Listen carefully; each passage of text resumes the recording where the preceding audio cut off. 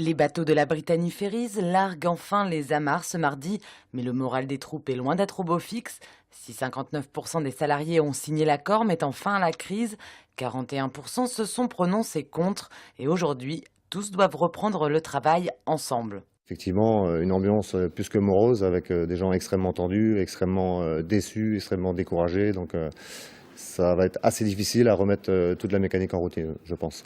Par ailleurs, les salariés ont découvert que les journées de lock-out, c'est-à-dire de blocage de l'activité par la direction, ont été décomptées de leur fiche de paye.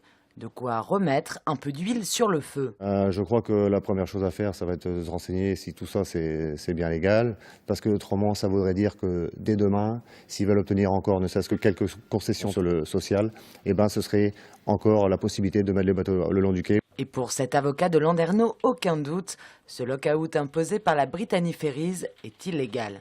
Alors, effectivement, la jurisprudence a été amenée, alors sur le principe, à considérer qu'une mesure de lock-out est illicite, c'est-à-dire c'est une faute contractuelle de la part d'un employeur, à l'exception d'un cas de force majeure, c'est-à-dire une situation contraignante, situation qui rend impossible la poursuite de l'activité normale de l'entreprise.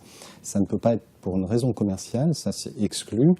Ça peut simplement effectivement être pour des raisons de sécurité ou pour des risques de violence dans le cas d'une grève. Mais on n'est pas du tout effectivement dans ce cas-là. Donc il paraît quand même assez difficile de justifier cette mesure de fermeture qui a été prise par la direction. Alors, bataille juridique à venir ou pas, quoi qu'il en soit, avec plus de 500 000 € de pertes journalières, ces 10 jours de conflit ont déjà laissé des traces importantes pour l'entreprise Roscovite.